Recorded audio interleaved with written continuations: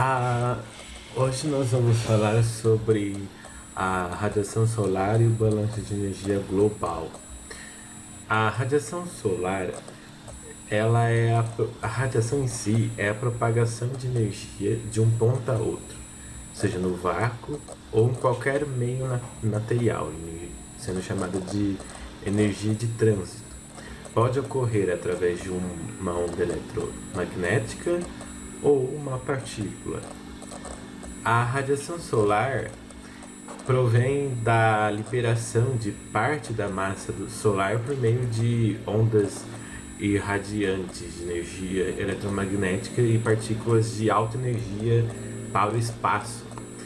Essa radiação constante é da onde provém quase toda a energia da Terra, exceto por uma pequena quantidade emanada do decaimento radioativo de minerais da Terra.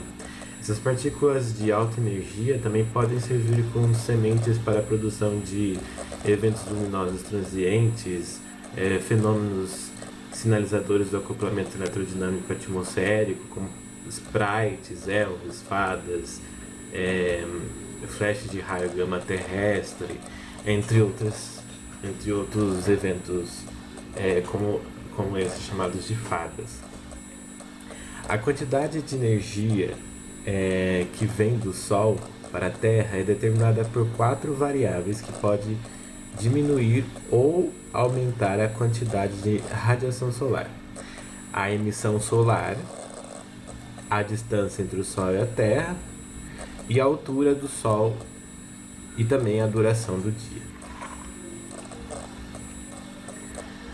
O Sol, nós vamos falar agora de cada de cada variável que pode diminuir ou aumentar a quantidade de radiação solar que é recebida pela Terra. Então temos a primeira variável, que é a emissão solar.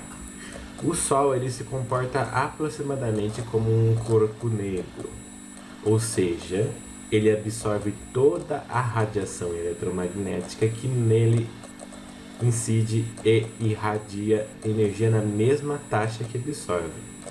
Max Planck elaborou uma lei que diz que a energia emitida por um radiador perfeito, ou seja, um corpo negro, em uma certa temperatura e para um determinado comprimento de onda, se dá pela equação número 1.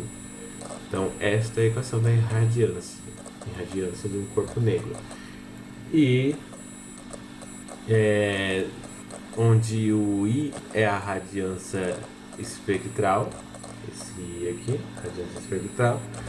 O V, ou a letra grega Mi, ela é a frequência em Hertz. O T, ele é a temperatura do corpo negro em Kelvin. O H é a constante de Planck em joules por Hertz. O C é a velocidade da luz, como todo mundo conhece, em metros por segundo. E K é a constante de Boltzmann, em joule por Kelvin. Esta lei de Planck, se nós plotarmos ela em um gráfico,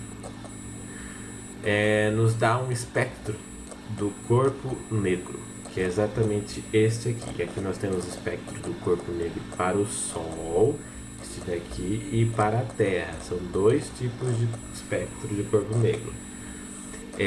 Ambos se comportam como corpos negros aproximados, o Sol e a Terra.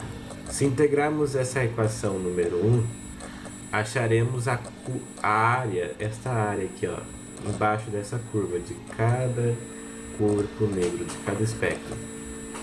Usamos a integral. E essa integração nos dá a famosa lei de Stefan Boltzmann, que é a equação número 2 aqui, onde o sigma aqui, essa letra grega, ela é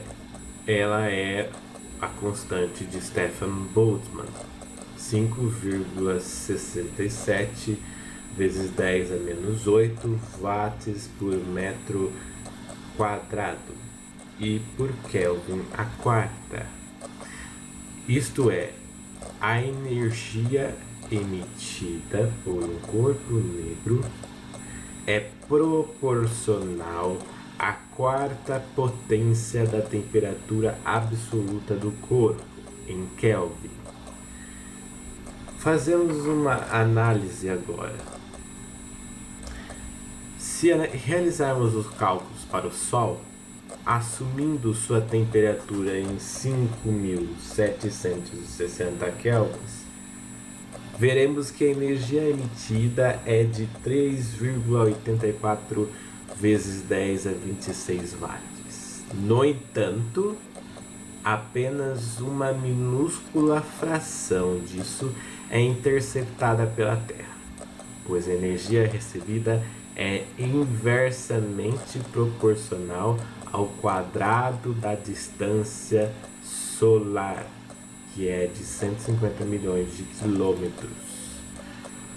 Outra lei importantíssima para nosso estudo e é a lei de Wien, e ela é importante também para entender esse espectro, que diz que o comprimento de onda de emissão máxima de um corpo negro, onde o corpo negro vai emitir mais, aquele comprimento de onda que ele vai emitir mais,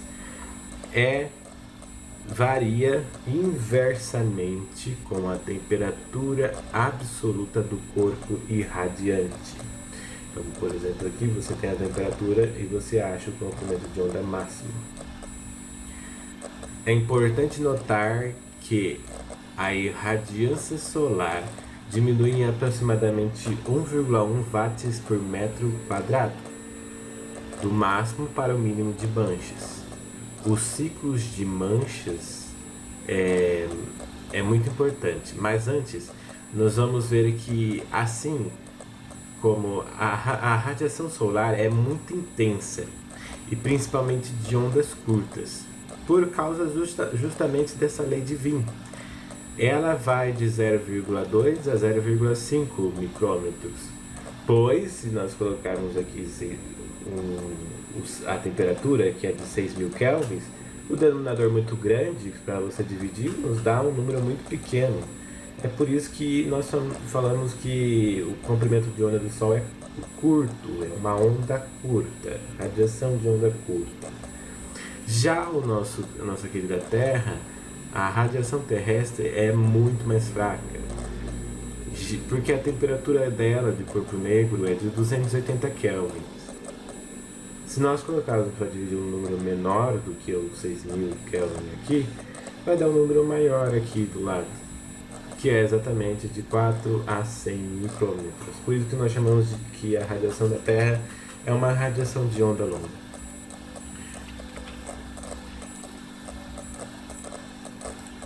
E como nós estávamos falando, é importante notar que a radiação solar ela diminui 1,1 watts por metro quadrado, do máximo para o mínimo de manchas. Os ciclos das manchas solares têm comprimentos de ondas médios de 11 anos. Há 20 vezes mais radiação ultravioleta durante um período com mais manchas solares. Mas como traduzir a atividade de manchas solares em radiação solar e temperaturas terrestres é questão de debate dentro da ciência ainda, como tudo. Todavia, as anomalias de temperatura sobre as áreas de terra no hemisfério norte estão inversamente correlacionadas com a duração do ciclo entre 1860 e 1985.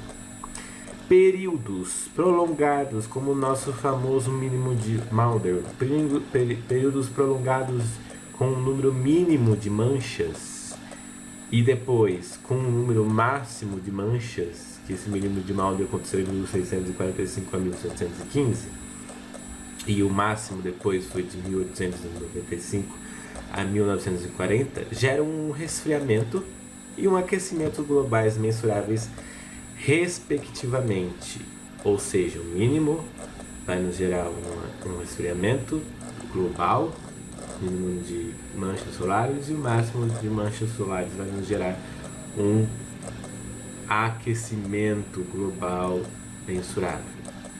A radiação solar pode ter reduzido em 0,25% durante o mínimo de Mulder. Sugere-se que quase 3/4 das variações da temperatura global entre 1610 e 1800 possam ser atribuídos a flutuações da radiação solar. Supondo que o comportamento, que a Terra se comporte como um corpo negro, uma anomalia persistente de apenas 1% na constante solar poderia mudar a temperatura média efetiva da superfície da Terra em até 0,6 graus Celsius. Todavia, as flutuações observadas, na verdade, são de 0,1%.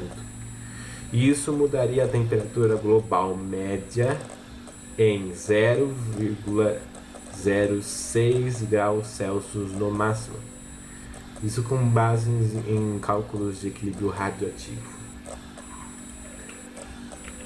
Agora nós vamos falar de outra variável que pode afetar a nossa radiação recebida aqui na Terra, que são as distâncias solares, ou a distância solar. A distância entre o Sol e a Terra, que muda a cada ano, gera variações sazonais de energia solar recebida pela Terra.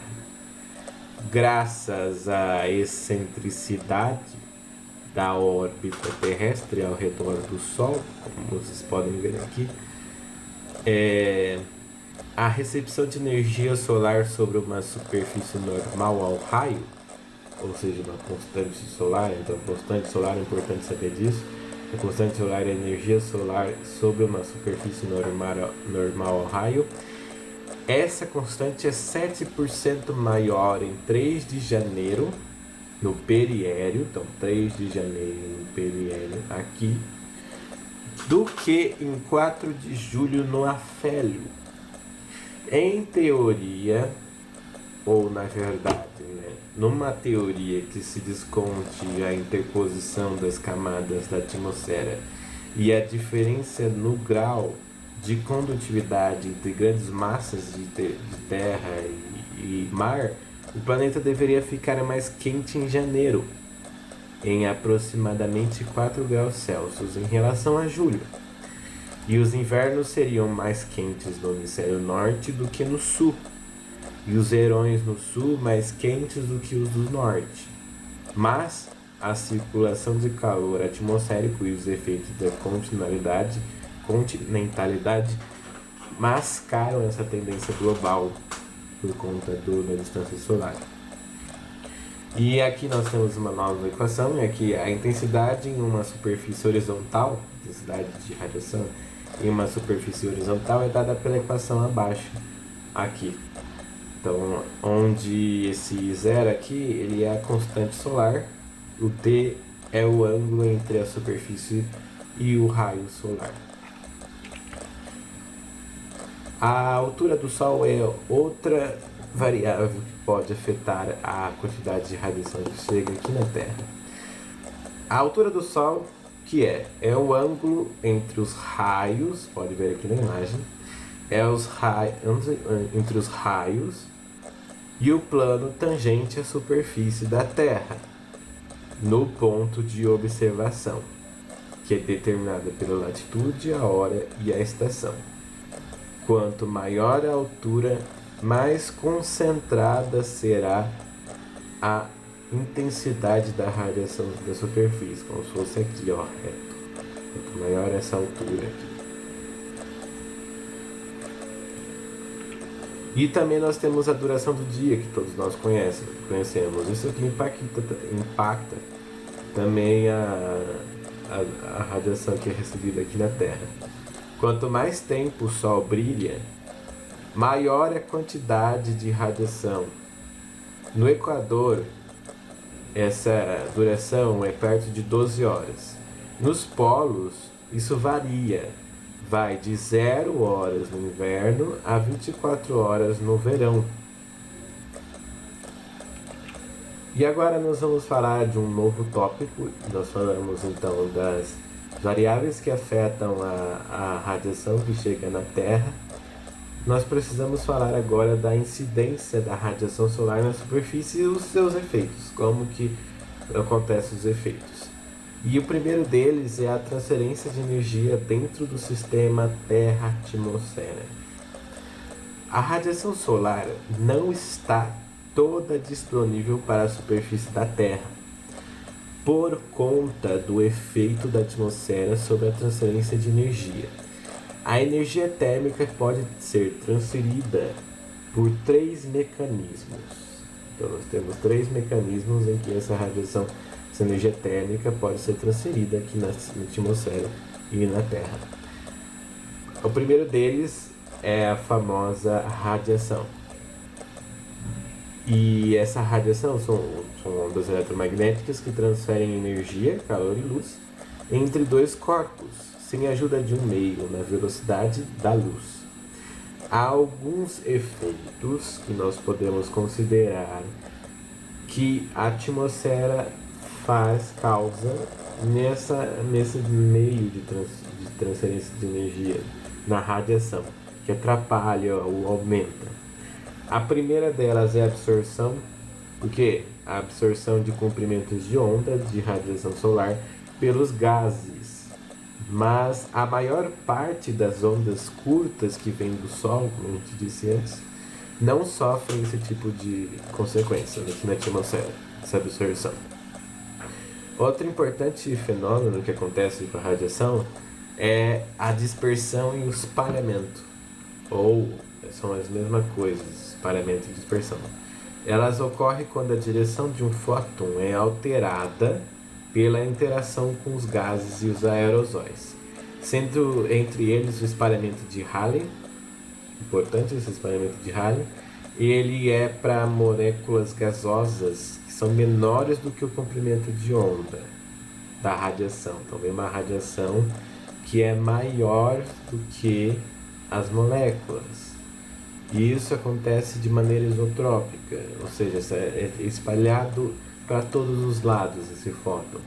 E é proporcional a 1 sobre lambda, o comprimento de onda, a quarta. Como resultado, se a gente pegar qual é o comprimento de onda da luz, comprimento da luz azul, o comprimento de onda da luz azul é 0,4 micrômetros. Por que o céu não é vermelho? Ora, se o comprimento de onda é 0,4 micrômetros e o comprimento de onda da luz vermelha é 0,7 micrômetros, se a gente jogar aqui nessa equação, a gente vai ver que a luz azul vai ter uma dispersão, um espalhamento com uma ordem de magnitude maior do que a luz vermelha. Por isso o céu é azul, porque se espalha mais azul, cor azul vinda do Sol.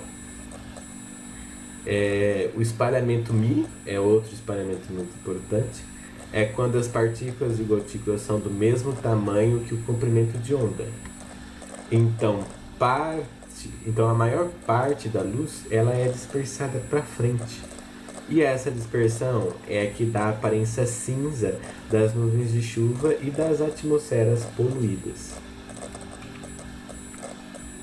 Outro tipo de transferência de energia aqui na superfície, na atmosfera, no sistema Terra-atmosfera, é a condução. E elas têm seus efeitos, né? Então, a condução é o calor atravessar uma substância da parte mais quente para a mais fria através da transferência de vibrações moleculares adjacentes.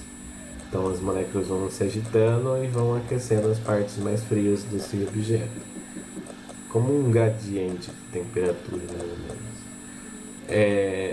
E também tem efeitos que a atmosfera pode causar nesse tipo de transferência. Uma delas é que a atmosfera é um mau condutor, o ar. Então isso é desprezível para a atmosfera, mas é importante para o chão. O aumento do conteúdo de água no solo aumenta a condução do solo, torna o solo mais condutor. E mais ainda quando a gente está com o solo congelado. Outro tipo de transporte aqui é a convecção, muito importante para a meteorologia. É o principal meio de transferência de calor atmosférico devido à baixa viscosidade do ar e seu movimento contínuo. Ocorre em todos os fluidos, podendo circular internamente e distribuir partes aquecidas da massa. Agora a gente vai ver alguns efeitos da atmosfera que a atmosfera causa, mais especificamente na radiação. A radiação solar está quase toda na faixa de comprimento de ondas curtas, com menos de 4 micrômetros. Por volta de 18% da energia incidentes são absorvidos diretamente pelo ozônio e pelo vapor d'água. Comprimentos de ondas solares menores do que 0,285 micrômetros raramente penetram abaixo de 20 km de altitude da atmosfera, ao passo que aqueles que são maiores que 0,295 micrômetros alcançam a superfície. Grande parte da energia irradiada pela superfície de ondas longas também é absorvida pela atmosfera, mas precisamente pelo vapor d'água, o dióxido de carbono e o ozônio, e o resto escapa por janelas atmosféricas de volta para o espaço, principalmente em 8 e 13 micrômetros, né? E aqui nós temos um diagrama, um gráfico que mostra as principais contribuições da atmosfera na radiação solar. Você pode ver que aqui está o total da radiação solar que chega no topo. E aqui está a latitude. Então, a 0 graus, o que é mais proeminente aqui é que a absorção pela superfície da Terra é maior na latitude 0 graus. Depois nós temos a reflexão, é refletido pelas nuvens, depois é absorvido pelo ar e depois há uma junção de vários tipos de efeitos na atmosfera aqui, né, 0 graus Celsius. A não ser que aqui 90 graus ao sul há essa questão de reflexão pela superfície, refletido pela superfície da Terra é maior, né, do que as outras. Mas é assim, depende da latitude e esse efeito que você tem. Agora nós vamos falar sobre o efeito da cobertura de nuvem que acontece. Então a gente falou do efeito da atmosfera e agora nós vamos falar do efeito da cobertura de nuvens, tá? A radiação refletida pelas nuvens depende da quantidade de cobertura e da sua espessura, tá? Porque a nuvem também reflete radiação. A proporção da radiação incidente que é refletida é chamada de albedo ou coeficiente de reflexão. Então, quando o tipo de nuvem afeta o albedo. O albedo, para explicar melhor, é essa equação aqui, ó. É a razão entre a radiação refletida e a radiação incidente. Ele nos dá em porcentagem ou em fração mesmo isso aqui. Então é o tanto de radiação que é refletida de volta. Então incidiu quanto de radiação que foi de volta para o espaço. Isso é o albedo. O tipo de nuvem afeta o albedo e medidas feitas por aviões mostram que o albedo de uma cobertura total de nuvens varia de 44% a 50% refletidos de volta, que isso é para cirrostratos e 90% para cumulonimbus. A radiação global recebida na superfície em dias nublados é dada por essa outra equação aqui, S igual a S0 vezes B mais 1 menos B, 1 menos C. Onde esse C0 é a radiação solar global para os céus claros. C é a nebulosidade, que é dada em fração do céu coberto. E B é o coeficiente que depende do tipo de espessura das nuvens e a profundidade da atmosfera pela qual a radiação deve passar. E aqui nós temos uma tabela que nos diz o albedo fracional, em médio das superfícies variadas. Então, cada tipo de superfície tem um tipo de albedo, tanto de radiação que ele vai refletir de volta. Então, o planeta Terra, no total, tem 0,31%. A superfície global é de 14% a 16%. As nuvens totais, né, no globo todo, é de 23%. As cumulimbos já é de 90%. A estratocúmulos já cai para 60%. E as cirros de 40% a 50% da radiação refletida em volta. Isso é muito interessante. Agora nós vamos ver os efeitos da terra e do mar nessa radiação. Enquanto a água tem uma tendência de armazenar o calor que recebe, a terra, ao contrário, o devolve rapidamente para a atmosfera. Uma superfície marinha reflete pouquíssimos, a menos que um ângulo de incidência dos raios do Sol seja grande demais. O albedo para a superfície de águas calmas é de apenas 2 a 3% para um ângulo de elevação solar excedendo 60%, 60 graus. Então, você tem um ângulo de 60 graus, o albedo para essa superfície de água é de 2 a 3%, mas é de 50% quando o ângulo é de 15 graus. Para a superfície de terra, o albedo costuma ser entre 8 a 40% da radiação incidente. A neve recente, aquela neve recente fofa, pode refletir até 90% da radiação solar. Mas a cobertura de neve sobre as superfícies vegetadas, bem fininha, é muito menos reflexiva, de entre 30% a 50%.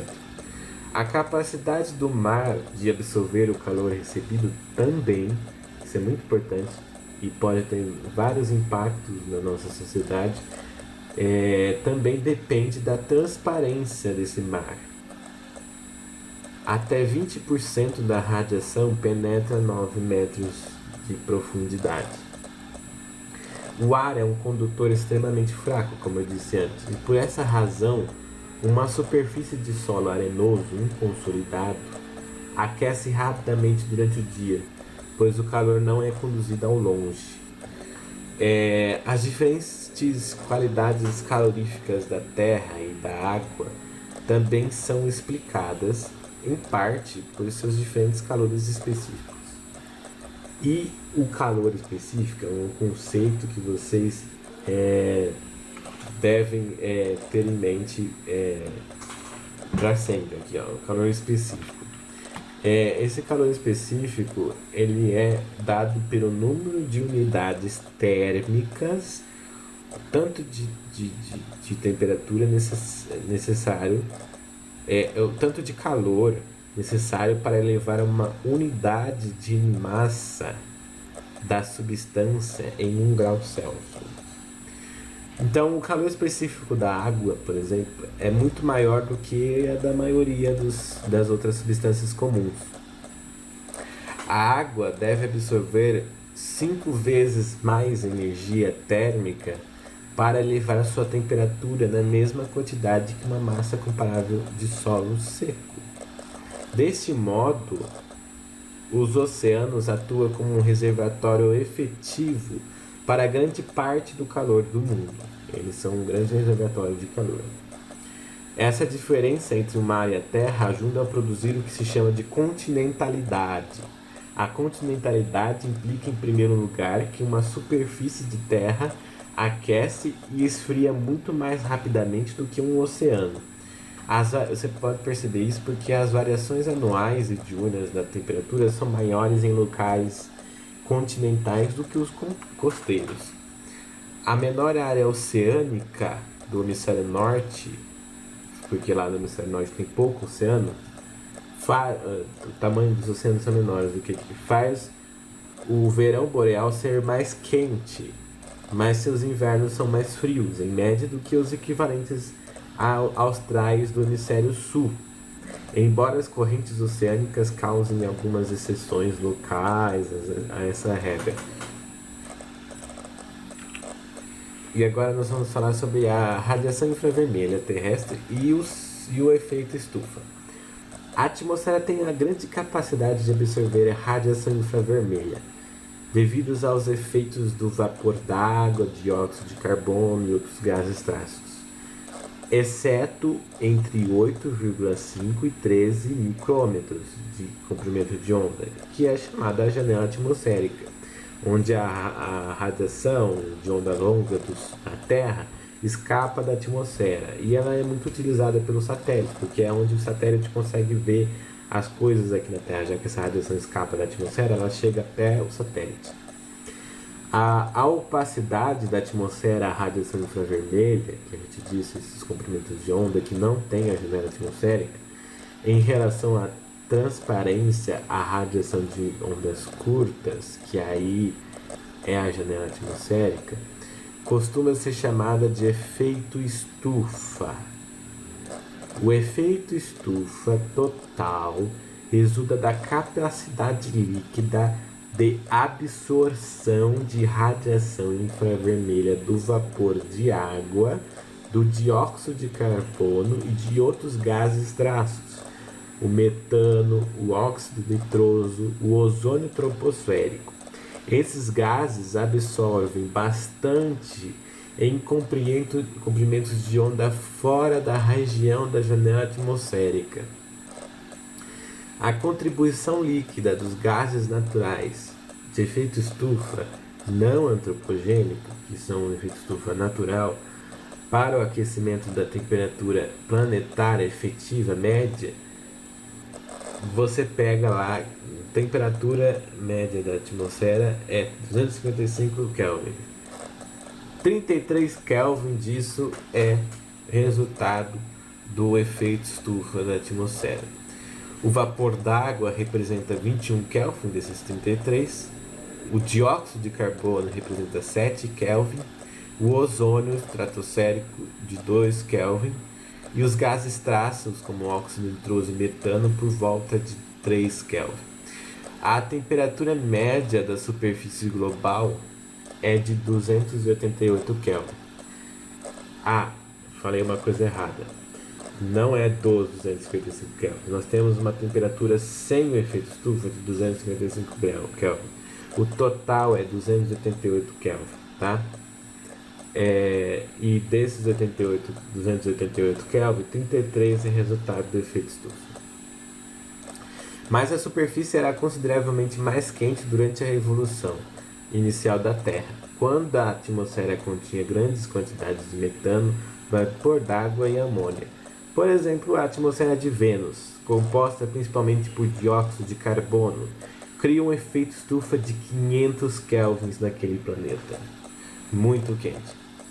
O ozônio estratosférico absorve grandes quantidades de radiação ultravioleta incidente, prejudicial à vida. É isso que todo mundo escuta, que ele absorve ultravioleta, né, que é prejudicial à vida. Mas também a radiação de ondas longas, que é emitida da Terra, de modo que seu papel térmico geral é bem complexo.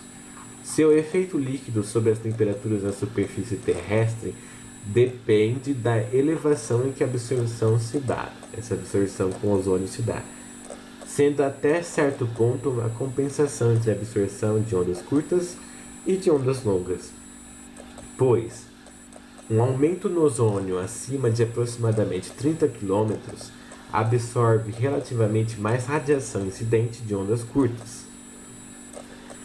Um aumento do ozônio acima de 30 km absorve relativamente mais radiação incidente de ondas curtas, causando uma redução líquida das temperaturas.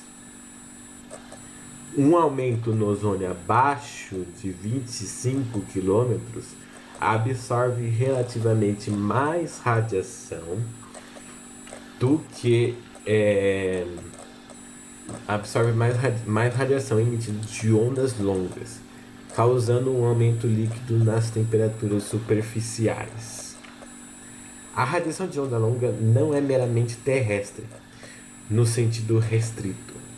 A atmosfera irradia para o espaço e as nuvens são particularmente efetivas, uma vez que atuam como corpos negros. E agora nós vamos falar sobre ó, a energia atmosférica e o transporte, né? O transporte horizontal de calor que nós temos aqui. Até aqui nós fizemos uma narrativa de balanço do calor da Terra e de seus componentes. Comentamos duas formas de energia: a energia interna, o calor, devido ao movimento de moléculas individuais de ar; a energia latente, que é liberada pela condensação de vapor e da água. E duas outras formas de energia são importantes: a energia geopotencial, ligada à gravidade, e a altitude acima da superfície, e a energia cinética, associada ao movimento do ar. A energia geopotencial e a energia interna estão interrelacionadas, pois a radiação de um calor a uma coluna de ar aumenta não apenas a sua energia interna, mas também seu geopotencial, como resultado da expansão vertical da coluna de ar. Em uma coluna que só estende ao topo da atmosfera, o geopotencial é aproximadamente 40% da energia interna. Essas duas, portanto, essas são consideradas em conjunto e denominadas energias potenciais totais, ou PE, para a atmosfera como um todo. Como os trópicos não ficam progressivamente mais quentes, ou as latitudes altas mais frias, deve haver uma redistribuição constante da energia térmica mundial na forma de um movimento contínuo de energia dos trópicos para os polos. Desse modo, os trópicos liberam seu calor excessivo e os polos, sendo semidouros globais de calor, não chegam ao extremo de frio. O transporte de calor em direção aos polos ocorre dentro da atmosfera e dos oceanos, e estima-se que o primeiro transporte, explica aproximadamente 2/3 do total exigido. O transporte horizontal, a advecção de calor, também chamado de advecção de calor, ocorre na forma de calor latente, ou seja, calor latente seria, nesse caso, a água que se condensa, e o calor sensível seria a massa de ar quente. A intensidade do fluxo de energia em direção aos polos está relacionada com o gradiente de temperatura meridional, norte e sul. No inverno, esse gradiente de temperatura está no máximo e, em consequência disso, a circulação do ar hemisférico é mais intensa. Bom, é isso. E nós vamos fazer um resumo agora de tudo que nós vimos. Esses tópicos são importantes e por isso eu separei como resumo. Quase toda a energia que afeta a Terra deriva da radiação solar, que é de ondas curtas, menores de 4 micrômetros, devido à alta temperatura do Sol, 6.000 kelvins. Isto é a querida lei de Wien que nós vimos. Depois nós temos que o Sol e a Terra irradiam quase como corpos negros, que é dado pela lei de Stefan, ao passo que os gases atmosféricos não, mas a Terra sim. A radiação terrestre de um corpo negro equivalente representa quase 270 watts por metro quadrado, devido a sua baixa temperatura de irradiação de 263 kelvins. Isso significa que é uma radiação infravermelha de ondas longas, entre 4 a 100 micrômetros. A radiação infravermelha é a radiação que a Terra emite, principalmente, que é inclusive a radiação que o satélite recebe para fazer as suas leituras lá. O vapor de água e o dióxido de carbono são os principais gases absorventes para a radiação infravermelha, ao passo que a atmosfera é basicamente transparente à radiação solar, o efeito estufa. O aumento observado nos gases traços está intensificando o efeito estufa natural, aquele efeito estufa de 33 kelvins, lembra? De 288 kelvins. A radiação solar é perdida por reflexão, principalmente das nuvens, e por absorção, principalmente por vapor d'água. O albedo planetário é de 31% e 48% da radiação extraterrestre chega à superfície. Outro resumo importante é que a atmosfera é aquecida principalmente a partir da superfície pela absorção da radiação infravermelha terrestre e pela transferência turbulenta de calor. A temperatura diminui com a altura, a uma taxa média de aproximadamente 6,5 graus Celsius por quilômetro na troposfera. Na estratosfera e na termosfera, ela aumenta com a altitude, devido à presença de gases que absorvem radiação. O excesso do saldo de radiação em latitudes mais baixas leva um transporte de energia de latitudes tropicais para os polos por correntes oceânicas e pela atmosfera. Isso ocorre na forma de calor sensível, massas de ar quente, água e oceano. E o calor latente, que é o vapor de água atmosférico.